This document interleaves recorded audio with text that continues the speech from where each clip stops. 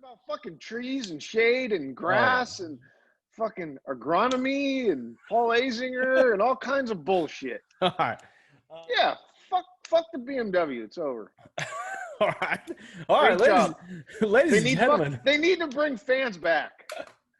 Yes, I completely agree. All right. There we go. Wearing all black, Aloha! Here with JC and Jeff. Ain't no time for school today. hitting bombs. Hey, watch this punch cut live. Ladies Say it and every gentlemen, fucking welcome week. back to the Aloha Press Podcast and YouTube show. This is Wednesday's edition of the show. I really appreciate you guys tuning in.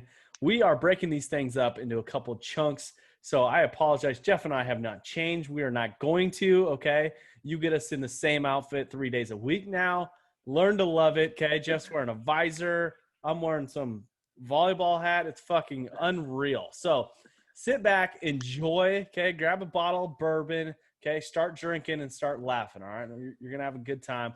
We are moving on, Jeff. Jeff, one, how are we doing today for the second time? I'm doing good. If you're wondering why I'm wearing a visor inside, this is a research and development month for us. We're wearing a lot of different shit, buying a lot of different shit to get ready for the tournament. I got bucket hats, visors, dad hats, flat bills. So, we're just trying to figure out how to put together two solid outfits for the Aloha Press Classic. It's the outfits are probably the most important part. I hate to say that, but I'm a chick when it comes to outfits. I love shoes. I love new gear. I got a new Tiger Woods shirt. Got the new Aloha Press logo on it. Freaking blade collar. Let me ask you this, Jeff, and we'll get into East Lake and the predictions and stuff, but how good does it feel to wear a bladed collar? It's amazing. It kind of reminds me back in the day, probably 10, 15 years ago when they started coming out with kind of that collarless look. Yes. Adidas had a good one. Nike had a good one. But, yeah, that bladed collar now, Nike, I got myself a new one upstairs with the press logo on it. So it's real deal. It's clean. It's clean. It's light. I don't feel like especially out here in Georgia, humidity, fucking rains all the time and fucking – you get a little weight around your neck, and I just don't like it. It's just awkward and weird and feels gross. And I just feel kind of like – I feel like some of the country clubs I go to, they look at me like, you need to wear a collar. And I'm like, it's a fucking bladed collar, bro. It's got TW on the back. All right, I can wear this shit. You know what I mean? All right, East Lake, welcome to Atlanta, Georgia, everybody. It is the week that we've all been waiting for. Is it the Masters? No. Is it the U.S. Open? Absolutely not. It is the end of the Fedex Cup playoffs. I don't know who's more excited about this thing ending, me or my wife, because no one understands that stupid number at the top of the fucking screen every week. And you know what's going to be sad? In 2 weeks from now, we're going to be sitting here talking about the Safeway Open out in Napa, and we're going to be like, God, they already started the FedEx Cup now. Like, oh, he's ranked number one. Yeah. I'm not excited about it. But the top 30 in the FedEx Cup, not in the world, are going to be there this week at East Lake. It's the home of I don't know, Tiger Woods having the most epic crowd following victory ever in my life. It was just overwhelmingly exciting. This is probably, Jeff, to be quite honest with you, like picking a place to live, cover it, and watch golf, Atlanta is a pretty good spot because East Lake is here, and you're going to get the best 30 guys who played the best all year long, and I might get a glimpse. I don't know how, I don't know when, but I might get a glimpse. Well, I hope you get a chance to sneak out there. It would be awesome, obviously, if they let you on the grounds. Don't know if that's going to happen. I don't want you to get arrested, because we don't need you to have court dates or anything in October, because you've got to be able to come back to California or Nevada. So that's true. And this is the second time I've been on Zoom. The first time this week was on the previous podcast YouTube show, but the other previous was at the Amateur Superior Court. It was absolutely the most uncomfortable Zoom call I've ever been a part of. I shared the screen with criminals, judges, public defenders. I felt like a criminal myself. I'm getting Instagram message from fucking assholes who I used to work with. They're like, what are you doing? And I'm like, I'm hosting a podcast. No, I'm at court in Atlanta. It's horrible. Okay. So let's move on from the negativity. Let's move on to some positivity. Okay. The 30 guys.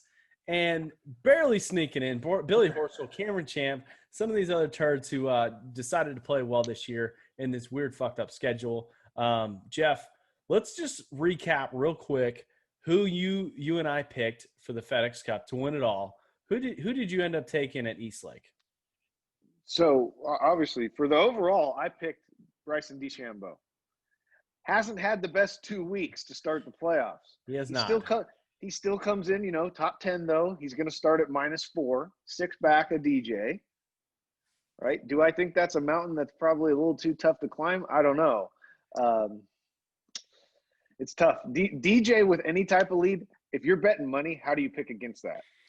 It's going to be tough, and it's something that I felt really comfortable calling Morikawa, and then looking back at it, God, I kind of picked the guy who partied a little too hard in the beginning of this year. Okay, I mean, got it done, at the PGA Championship, got it done at the workday, then all of a sudden it's coming into the FedEx Cup, not playing his best golf. I mean, a guy who had a lot of experience over at the BMW last week is not giving me a lot of confidence sitting up number 5. I mean, he's only 5 back from DJ, but I'm not going to bet against DJ. I mean, I don't know if I'm going to bet against Rahm either. I mean, Rahm's playing his fucking lights out, and you got DJ playing lights out, and then you got Webb Simpson, who I would assume is no longer infected with the coronavirus. That's not confirmed.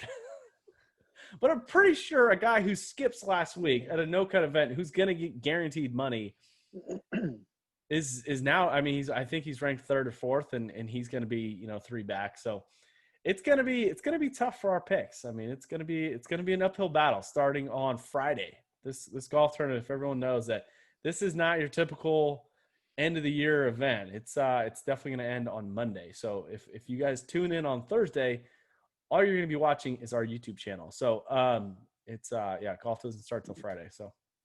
So who are you picking this week? That's what I want to know. Well, I mean, I picked Colin Morikawa to win it all, but a guy, I mean, I think the lamest bet in the world is DJ, because he's got such a big lead. But if I know anything about Eastlake, and I know it costs a pretty penny to join this particular golf club, I know it's going to be real soft.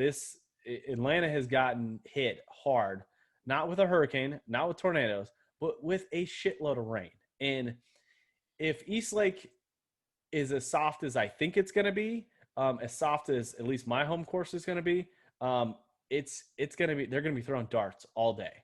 And I think you can make that course as long as you want, but the guy who hits it the farthest and has the closest wedge shot is going to do the best. And that's kind of tough. So, I mean, I have no clue who I'm going to pick. I want to pick DJ because it's like the easiest thing in the world. But I think one of the coolest stories in the world would be me picking Rory McIlroy. This is my prediction. Okay, there's a lot of avenues. I think Vegas would enjoy this bet. I think I take Rory McIlroy. Okay, which I don't know what he's at. I think he's at maybe 6 or 7 ranked in the FedEx Cup, so he's going to be a little ways back. But I think Tuesday when our first show airs, I think Rory McIlroy has his baby on Tuesday, and then he starts at Eastlake on Friday, and he wins the whole damn thing.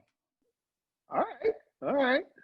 So that's a bold prediction. It's, I mean, 2 very bold predictions, and right, one of them is only controlled by the lady friend. So yeah, that's bold. To kind of go off of what you were saying, it's a longer course. It's going to be playing soft.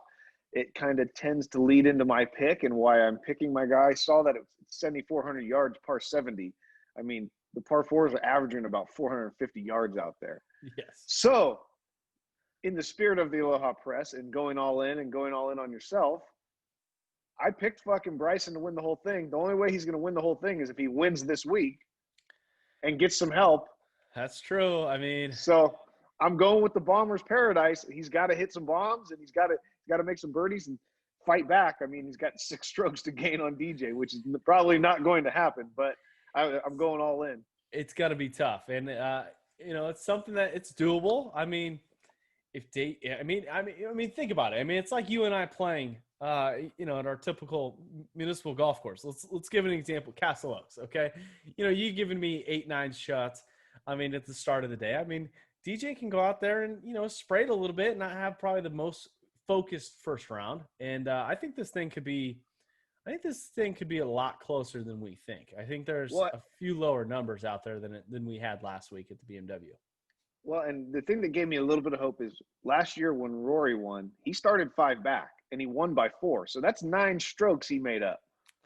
Exactly. It can be done. It can be done. It absolutely can be done. I think the thing that we have to take into consideration is that I think half the field already thinks that they can't win.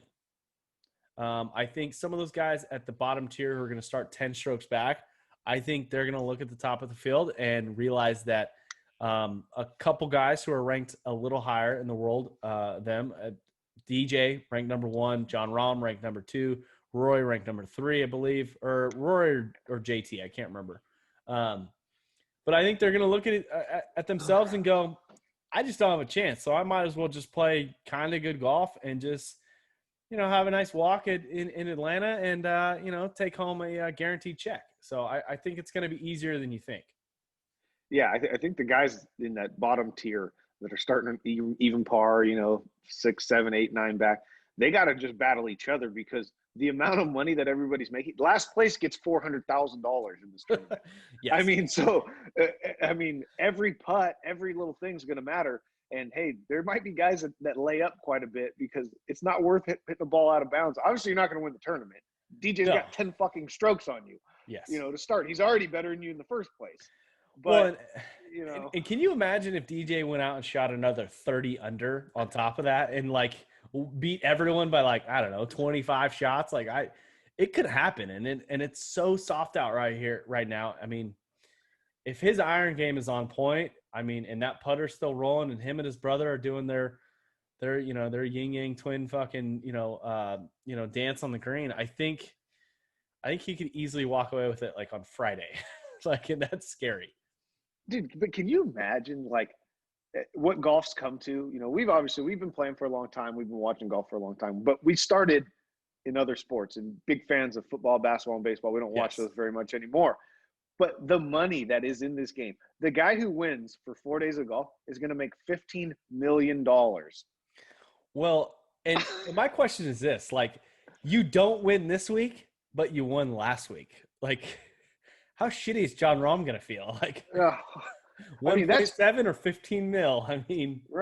Right. You got stars in the NFL not making that much money. Running backs not making that much money for a year, taking a fucking beating for 16, 18 weeks. These guys get to go out and, like you said, stroll around Eastlake, party every night pretty much if they want to. And eventually they could take home $15 million.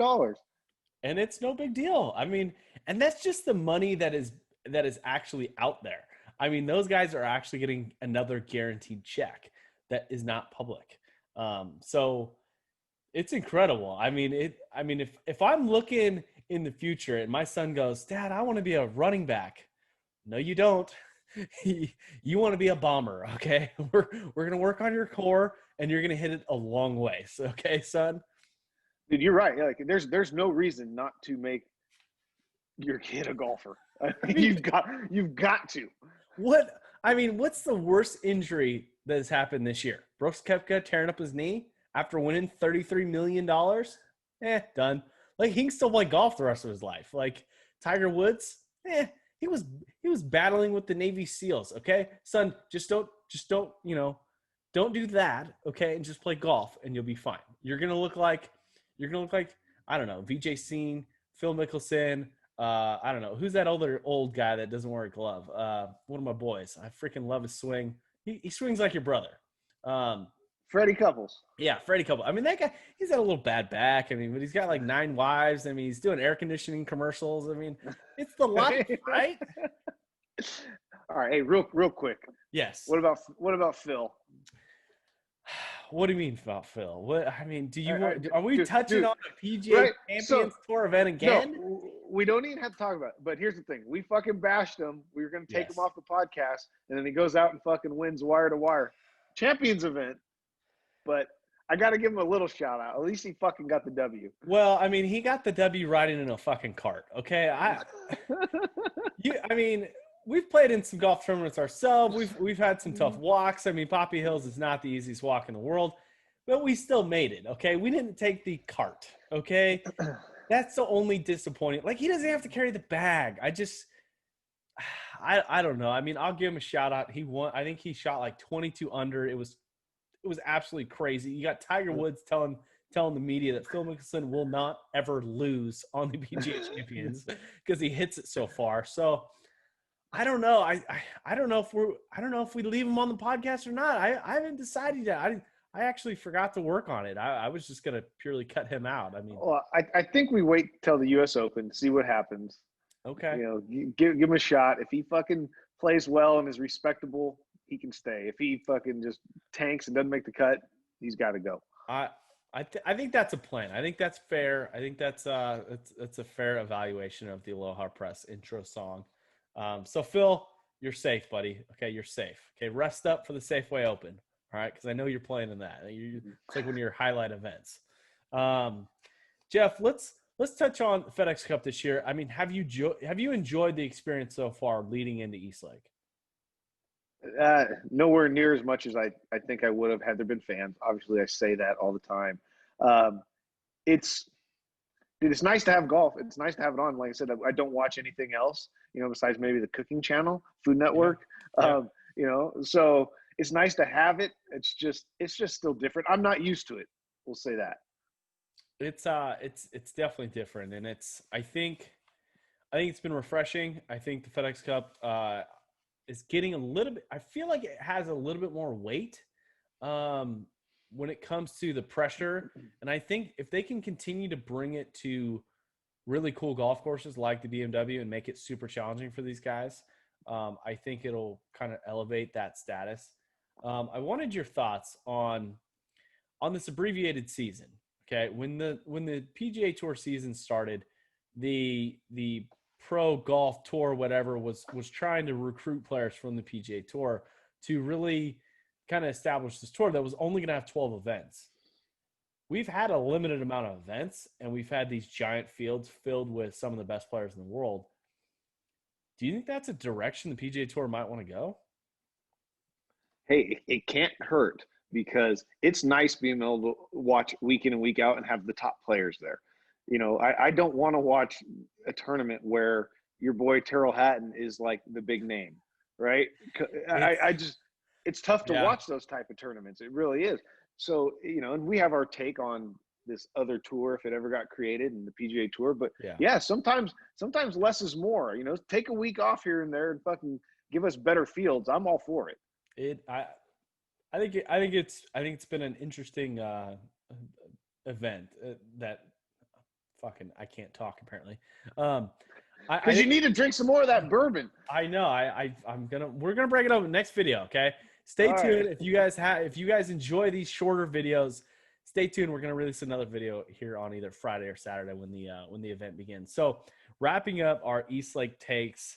That's all I got. Fuck East Lake. Let's get into the real tournament. Wearing all black. Aloha. Here with JC and Jeff. Ain't no time for school today. Hitting bombs. Hey, watch this punch cut lob wedge. Replace your Marshalls with cart girls. They're better looking. They're serving drinks. Got to hit bombs off the tee. Phil talking about a guy taking a shit in the cut. Mahalo. That's what we did fireside with Phil. Fire the stick. Hit bomb and attack the pin.